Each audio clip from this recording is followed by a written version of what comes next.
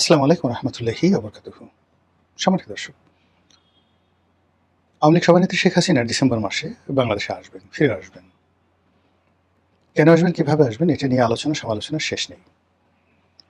যারা তাকে খুব ভয় পান তারা নানা রকম সান্ত্বনার বাণী খুঁজে বেড়াচ্ছেন যে এই কারণে তিনি আসবেন না। আর যারা মনে করছেন তিনি আসবেন তাদের ৯৯% আওয়ামী লীগের লোকজন তারা মনে করছেন যে যেহেতু তাদের নেত্রী বলেছেন তিনি আসবেন, এটা ইমান এবং ইয়াকিনের বিষয়। আওয়ামী লীগ যারা করে বা বিএনপি যারা করে এটা এক ধরনের ধর্ম, রাজনৈতিক ধর্ম, দ্য পলিটিক্যাল রিলিজিয়ন। তো এই পলিটিক্যাল রিলিজিয়ন একটা হলো স্পিরিচুয়াল রিলিজিয়ন, যেমন আমরা আধ্যাত্মিকতার যে ধর্ম সেই ধর্ম পালন করি। ধর্ম কিন্তু বিভিন্ন, মানব ধর্ম, পশুদের একটা ধর্ম আছে, প্রকৃতির একটা ধর্ম আছে, নদীর একটা ধর্ম আছে। তো সেই যে রিলিজিয়ন বা রিলিজিয়াস, সেই রিলিজিয়াসের হাজারো রকম শাখা প্রশাখা রয়েছে।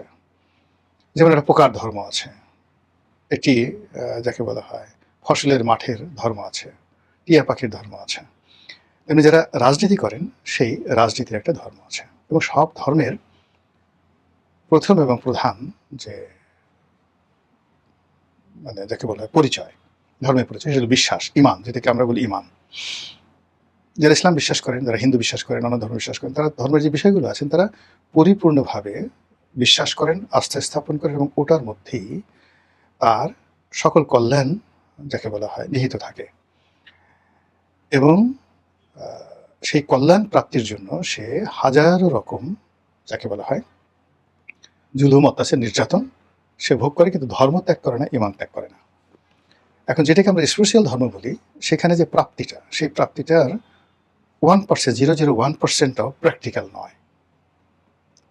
তো প্র্যাকটিক্যাল নয়, আপনি মারা যাবেন, হুর পাবেন, জান্নাতে যাবেন, এর কোনোটাই আপনি দেখেননি, শোনেননি, শুধু বিশ্বাস করেছেন, বোঝার চেষ্টা করেন যে এর কোনো বস্তুগত 1% নেই। আপনি নবীকে বিশ্বাস করেন, আল্লাহকে বিশ্বাস করেন, ফেরেশতাকে বিশ্বাস করেন, মৃত্যুর পর আপনার বিচার হবে, হাসর নাসর বিশ্বাস করেন। এই ব্যাপারটা, বিশ্বাসটা এতটা পাকাপোক্ত, আপনাকে যদি বলা হয় কোটি ভাগের 1 ভাগের একটা সাধারণ সিঙ্গেল বৈজ্ঞানিক প্রমাণ দেন, আপনি দিতে পারবেন না। তো যেখানে কোনো বস্তুগত বাস্তবতা নেই, তো সেখানে ধর্ম মানে স্পিরিচুয়াল ধর্ম, সেটার বিশ্বাসটা এতটা টনটনে যে আপনি বিশ্বাসীদের কাছে গিয়ে যদি তার বিশ্বাস সম্পর্কে একটা শব্দ করেন, আপনার কল্লাটা কেটে ফেলবে সঙ্গে সঙ্গে। তো সেই দিক থেকে অন্যান্য যে ধর্মগুলো আছে, বাস্তব ধর্ম, মানব ধর্ম, এই ধর্মের অনেকগুলোর যাকে বলা হয় বাস্তব মূল্য রয়েছে, বাস্তবের অস্তিত্ব রয়েছে, বস্তুগত যেটাকে বলা হয় সাবস্ট্যান্স রয়েছে। আর এগুলোর মধ্যে রাজনীতির ধর্ম, যে পলিটিক্যাল ধর্ম, এটা একেবারে টাটকা। এখানে আপনি এই ধর্মে বিশ্বাস করলে মন্ত্রী হবেন, এই ধর্মে বিশ্বাস করলে সোনা পাবেন, গহনা পাবেন, নারী পাবেন, বাড়ি পাবেন, গাড়ি পাবেন, এবং দুনিয়াতে ক্যাশ, নো কাইন্ড। এই যে দেখুন, 17 বছর সেটা ধর্ম পালন করেছে। ধর্ম পালন করার পরে সে সঙ্গে সঙ্গে এখন হুর বলেন, পরী বলেন, মদ বলেন, নারী বলেন, জুয়া বলেন, যা কিছু বলেন সব কিছু সে পাচ্ছে। তো এই কারণে হয় কি যে পলিটিক্যাল রিলিজিয়নের জন্য মানুষ বেশি স্যাক্রিফাইস করে, ইভেন বেটার দেন রিলিজিয়াস, মানে যেকে বলা হয় স্পিরিচুয়াল রিলিজিয়ন। তার চাইতে মানুষ পলিটিক্সের জন্য তার যে বিশ্বাসটা থেকে অনেক অনেক বেশি, এবং সেই বিশ্বাস থেকেই আওয়ামী বিশ্বাসীরা বা আওয়ামী ধর্মের যারা মানুষ রয়েছেন তারা মনে করেন শেখ হাসিনা যা বলেছেন সত্য বলেছেন, তিনি আসবেন, এবং বলেছেন যেহেতু তিনি আসবেন, এর বাইরে কোনো বাংলা কথা নাই, ইংরেজি কথা নাই, দাড়ি কামা কোনো কিছু নেই। এর বাইরে যারা শেখ হাসিনার কাউন্টার, তাদের একটা ধর্ম আছে। যেমন যদি ইসলাম ধর্ম চিন্তা করেন না, তাহলে তো পৌত্তলিকই থাকে না, পৌত্তলিকতা কোনো ধর্ম থাকে না। আবার আপনি যদি সুন্নি ধর্মকে পালন করেন তাহলে শিয়া থাকে না, শিয়া ধর্ম পালন করলে সুন্নি থাকে না। তদ্রূপ যদি আপনি আওয়ামী লীগ করেন তাহলে বিএনপির ধর্মটা থাকে না। আপনি পরধর্ম সহিষ্ণু হতে পারেন, কিন্তু কোনো অবস্থাতেই পরধর্মের প্রতি পীড়িত আপনার থাকা চলবে না। তো সেই দিক থেকে শেখ হাসিনার যারা লোকজন, তারা তার আগমন নিয়ে যেভাবে চিন্তা করছে, তার প্রতিপক্ষ যারা আছে তারা ততোধিক নেতিবাচক চিন্তা করছে। তো এরকম 7টি কারণ আমি খুব সংক্ষেপে বলে মূল বিষয়টি যেটা আলোচনা করবো সেটা হলো শেখ হাসিনা যে আসবে, আসার যে বস্তুগত, এটা কোনো বিলিভ নয় বা ইমানি কোনো বিষয় নয়। মানে এটা কি আসলে সম্ভব কিনা, বা ইতিহাসে এরকম ঘটনা কয়বার ঘটেছে, এরকম কিছু কাহিনী বাস্তবভাবে বলবো। এই যে ধরুন এখন প্রথমে বলিনি যে শেখ হাসিনা আসবে না এরকম ৭টা কারণ। একেবারে হালকা পাতলা কারণ, সে মরে যেতে পারে। ডিসেম্বরের মধ্যে তার মারাত্মক ব্যামো হতে পারে, অসুখ-বিসুখ হতে পারে।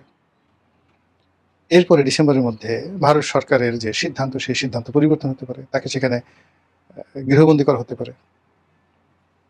এরপরে বাংলাদেশে যেটা আছে, বাংলাদেশে বর্তমান সরকার যারা আছে তাদের সেই রেজিম চেঞ্জ হয়ে যেতে পারে। এখানে অনেকে বলতেছে তৃতীয় পক্ষ আসবে। আমেরিকা এখানে অন্য কাউকে ক্ষমতায় বসাতে পারে। এতো সারেন্ডার হয়ে গেল। মিলিটারি শাসন আসবে বলে অনেকে কথাবার্তা বলছে। এরকম ঘটনা যদি ঘটতে থাকে শেখ হাসিনা আসবে না। আচ্ছা, যদি সবকিছু স্বাভাবিক থাকে, অর্থাৎ এখন যেভাবে চলছে এভাবে চললে, তাহলে ধরুন শেখ হাসিনা ডিসেম্বর মাসে আসার যে ঘোষণা দিয়েছেন এটা আগামী মাসে হতে পারে, মানে আগস্ট মাসে হতে পারে, সেপ্টেম্বরে হতে পারে, এবং সবচেয়ে ডেঞ্জারাস টাইম হলো সেপ্টেম্বর। সেপ্টেম্বর মাসটা আমাদের দেশের সব কিছুর টার্নিং পয়েন্ট। ব্যক্তি, পরিবার, বিয়ে, শাদী, ঘর, আপনি মিলিয়ে দেখেন। যারাই জিনিসগুলো দেখছেন, আপনি সেপ্টেম্বরের মাসে বাংলা করেন, বাংলা করে আপনার জীবনটা দেখেন, আপনার গ্রামের জীবন দেখেন, শহরের জীবন দেখেন, রাজনীতি দেখেন, সবকিছু দেখবেন যে একটা টার্নিং পয়েন্ট এই সময়টাতে আপনার হয়েছে সেপ্টেম্বর মাসে। আমাদের এই সেপ্টেম্বর মাসটা আপনি দেখেন যে আমি ৩-৪ মাস আগে বলছিলাম যে জুলাই মাসটা খুব খারাপ যাবে। আপনি দেখছেন যে জুলাই মাসে কি শুরু হচ্ছে। এই জুলাই মাসে যে কামড়াকামড়ি শুরু হচ্ছে, এই জুলাই মাসে যে মানুষ একে অপরকে আক্রমণ করছে, একে অপরকে ছোট করছে, যারা জুলাই বিপ্লবী রয়েছে, তারা যে বিপ্লবী না, তারা যে ট্রেটার, তারা যে আওয়ামী লীগের এজেন্ট ছিল, এজেন্ট থেকে বিপ্লবের পক্ষে মানে ভিতরে বসে বসে তারা ছুরি মেরেছে। এখন বিপ্লবীদের আরেকটি পক্ষ একথা প্রকাশ্যে বলছে, এবং এগুলো নিয়ে দেখবেন খুব দ্রুত এই মাসের মধ্যেই অপ্রীতিকর এমন কিছু ঘটবে যেটা আপনি কল্পনাও করতে পারবেন না। তারা বলার চেষ্টা করছে যে জুলাই মাসের ডিজিএফ এর একটা গ্রুপ ছিল যারা ডিজিএফ এর গাড়িতে ঘুরে বেড়িয়েছে, ছাত্রলীগের একটা গ্রুপ ছিল যারা ছাত্রলীগের শেল্টার নিয়ে তারা এই জুলাই আন্দোলনের মধ্যে ঢুকে পড়েছিল, এর মধ্যে শিবিরের একটা গ্রুপ ছিল। এই সব মিলিয়ে এখন সবার মুখোশ উন্মোচিত হয়ে গেছে। কে যে ইমানদার, কে যে বেঈমান, কে যে মুনাফেক, এই বিষয়গুলো আসলে এখন হাতাহাতি করা ছাড়া, একে অপরের মানে পাঞ্জাবি টেনে ছিঁড়ে ফেলে একে উদম করে দেওয়া ছাড়া কোনো অবস্থাতেই কারো ক্রোধ দমন হচ্ছে না। জুলাই মাস যাওয়ার পর দেখবেন আগস্ট মাস। আগস্ট মাসে অনেকগুলো পেইন। ২১শে আগস্টের গ্রেনেড হামলা, ১৭ই আগস্টে সারা বাংলাদেশে বিএনপির জমানাতে যে বোমা হামলা হয়েছিল আদালতগুলোতে, এবং ১৫ই আগস্টের সেই মর্মান্তিক হত্যাকাণ্ড, এই ৩টি ঘটনা আমাদের সাম্প্রতিক সময়ের ৭৫ থেকে এই পর্যন্ত এটিকে একটি জাতীয় শোকের মাসে পরিণত করেছে। এই ৩টি ঘটনা ছাড়া আরো অনেক অঘটন আগস্ট মাসে বাংলাদেশে ঘটে। এই আগস্ট, জুন ফর্ম হয় জুলাই এবং আগস্ট, সেপ্টেম্বরে গিয়ে এই আগস্ট এবং ইসের একটা ফলাফল তৈরি হয়ে যায়। আর নভেম্বরে, সেপ্টেম্বর, অক্টোবর, নভেম্বরে গিয়ে আপনি দেখতে পারেন হোয়াট ইজ হ্যাপেনিং, কি হচ্ছে। এটা আপনি ২৫ সালে দেখেন, ২৪ সালে দেখেন, ইউনুসের ২০২৪ সালের সেপ্টেম্বর দেখেন, অক্টোবর দেখেন, নভেম্বর দেখেন, তারপরে ২৪-এর পরে ২৫-এর সেপ্টেম্বর, অক্টোবর, নভেম্বর দেখেন, তাহলে বুঝতে পারবেন যে এই বছর সেপ্টেম্বর, অক্টোবর, নভেম্বরে কি ঘটতে যাচ্ছে। তাহলে এই যে শেখ হাসিনা যদি বাংলাদেশে আসে, আপনি এর সমূহ সম্ভাবনা ডিসেম্বরে না, সেই ডিসেম্বরকে টার্গেট দিয়ে আপনার যে চিন্তা চেতনা ডিসেম্বর পর্যন্ত রেখে দিয়েছে। কিন্তু যদি শেখ হাসিনা আসে, তার প্রথম টার্গেট হবে সেপ্টেম্বরের মধ্যে ঢোকার, সে যেভাবেই হোক না কেন। দ্বিতীয় টার্গেট হবে নভেম্বরের মধ্যে ঢোকা, সে কোনো অবস্থায় ডিসেম্বরে আসবে না। অর্থাৎ সেপ্টেম্বর, অক্টোবর, নভেম্বর, নভেম্বরেও যাবে না, সেপ্টেম্বর, অক্টোবর, সে যদি ঢুকতে হয় এই সময়ের মধ্যে ঢুকবে। ডিসেম্বর, নভেম্বর, ডিসেম্বর কিছুই হবে না। এখন এটা কি করে সম্ভব, যেখানে সে আউটস্টেট হয়েছে, তারপরে শেষে তার কোনো লোকজন প্রকাশ্যে নেই। আপনাদেরকে শুধুমাত্র একটা ঘটনা বলি, ইরানের একটা ঘটনা বলি। ইরানে রেজা শাহ পাহলভি, আপনি জানেন যে রেজা শাহ পাহলভি খুব নামকরা একজন রাজনীতিবিদ ছিলেন, রাজা ছিলেন, এবং আমেরিকারা তাকে ক্ষমতায় বসিয়েছিল। সেই আমেরিকাকে ব্যবহার করে পুরো ইরানকে পৃথিবীর যাকে বলা হয় অন্যতম একটি শীর্ষ ধনী রাষ্ট্রে পরিণত করে ফেলেছিলেন। কিন্তু তার কর্মকাণ্ড অনইসলামিক, ইসলাম বিরুদ্ধ। তার ব্যক্তিগত বিলাসিতা, স্বজনপ্রিয়তা এবং কিছু দুর্নীতি এবং অনিয়ম, এগুলোর কারণে তার বিরুদ্ধে ক্ষোভ ছিল সারা দেশে, বিশেষ করে ইসলামপন্থী যারা লোকজন রয়েছেন তারা, এবং যারা জাতীয়তাবাদী, মানে তারা চাচ্ছে যে ইরানের তেল সম্পদ ইরানেরই থাকুক। তো এর মধ্যে আয়াতুল্লাহ খামেনি তখনও দৃশ্যপটে আসেননি, কিন্তু অন্যান্য খামেনি যারা ছিলেন, মানে অন্যান্য যারা আয়াতুল্লাহ ছিলেন, ওইটা একটা ধর্মীয় উপাধি, ইরানে এরকম বহু সংখ্যক আয়াতুল্লাহ আছে। তো তারা উনার এই কর্মকাণ্ড, মেয়েরা স্কার্ট পরে ঘুরে বেড়াচ্ছে, ওপেন সেক্স করছে, ডিস্কো যাচ্ছে, ক্লাবে যাচ্ছে। তারপরে শেষে সেখানে যারা ধর্মকর্ম করে তাদেরকে এমন বলা হয় যে, সাইদি সাহেবের ওয়াজ, দিল হোসেন সাইদির একটা ওয়াজ আমরা শুনেছি যে তখন লোকজন বলতো, মানে রেজা শাহ পাহলভীর লোকজন বলতো বা সাধারণ ইরানি জনগণ বলতো যে আমরা দুই শ্রেণীর মানুষকে খুব ঘৃণা করি, একটা হলো বেশ্যা আর একটা হলো এই যারা মোল্লা আলেম, এই মাথায় টুপি দিয়ে ঘুরে বেড়ায়। তো এরকম একটা পরিস্থিতি সেখানে চলছিল। ঠিক সেই সময়ের মধ্যে জাতীয়তাবাদী গ্রুপ যারা আছে, ইসলামপন্থীরা জনমত তৈরি করছিল, কিন্তু যারা জাতীয়তাবাদী রাজনীতি করতেন, মানে দেশভিত্তিক, দেশের ভিতরে সবকিছু হোক, যেটা নাসের করেছেন, যেটা বঙ্গবন্ধু করেছেন, মূলত বাঙালি জাতীয়তাবাদ, বাঙালিকে কেন্দ্র করে সবকিছু।